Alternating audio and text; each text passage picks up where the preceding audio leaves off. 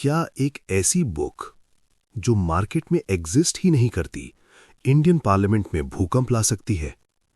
Parliament के अंदर राहुल गांधी ने एक बड़ा क्लेम किया कि चाइना के वॉर थ्रेट के टाइम प्राइम मिनिस्टर ने डिसीजन लेने से मना कर दिया था।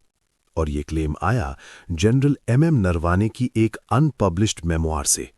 नाम है 4 स्टार्स ऑफ डेस्टिनी।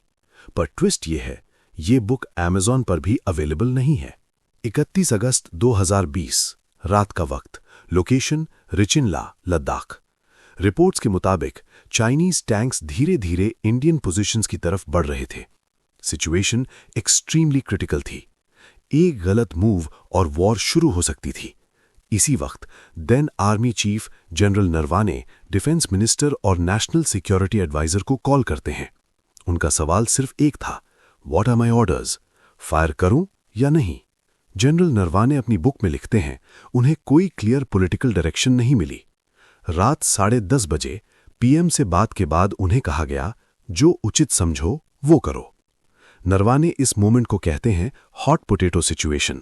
मतलब अगर कुछ गलत होता तो जिम्मेदारी सिर्फ मिलिट्री की होती। लेकिन जनरल नरवाने ने फायर नहीं किया। उन्होंने लिया एक calculated strategic risk. Indian tanks को माउंटेन के फॉरवर्ड स्लोप्स पर नोज डाउन पोजीशन में लगाया गया। बंदूकें सीधा चाइनीज टैंक्स की तरफ पॉइंट कर दी गईं। ये एक मिलिट्री ब्लफ था और ब्लफ काम कर गया। चाइनीज टैंक्स रुक गए, एक भी गोली नहीं चली, पोजीशन इंडिया के पास ही रही। इस बुक में सिर्फ चाइना नहीं, अग्निपथ स्कीम पर भी काफी सीरियस पॉइंट्स लिखे गए हैं। लीक्स के मुताबिक आर्मी चाहती थी कि 75% अग्निवीर्स को रिटेन किया जाए। गवर्नमेंट ने अप्रूव किया सिर्फ 25%। Initial salary 20,000 rupees. General Naravane ने ऑब्जेक्शन उठाया, बाद में यह बढ़कर 30,000 की गई। और नेवी और एयरफोर्स के लिए यह स्कीम एक बोल्ट फ्रॉम द ब्लू थी। उन्हें पहले से बताया ही नहीं गया था। जब राहुल गांधी ने पार्लियामेंट में इस बुक के एक्सर्प्ट्स कोट किए, डिफेंस मिनिस्टर ने कहा, यह बुक ऑफिशियली पब्लिश ही नहीं हुई है, इसलिए कोट करना गलत है। गवर्नमेंट का कहना है बुक अभी मिनिस्ट्री ऑफ डिफेंस के रिव्यू में है।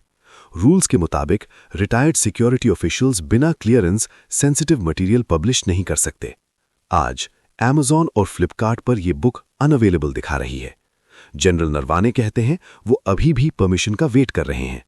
अब सवाल यह है, क्या नेशनल सिक्योरिटी के नाम पर सच छुपाया जा रहा है या फिर वाकई में सेंसिटिव इंफॉर्मेशन लीक होने का खतरा है? आप क्या सोचते हैं? कमेंट्स में जरूर बताएं।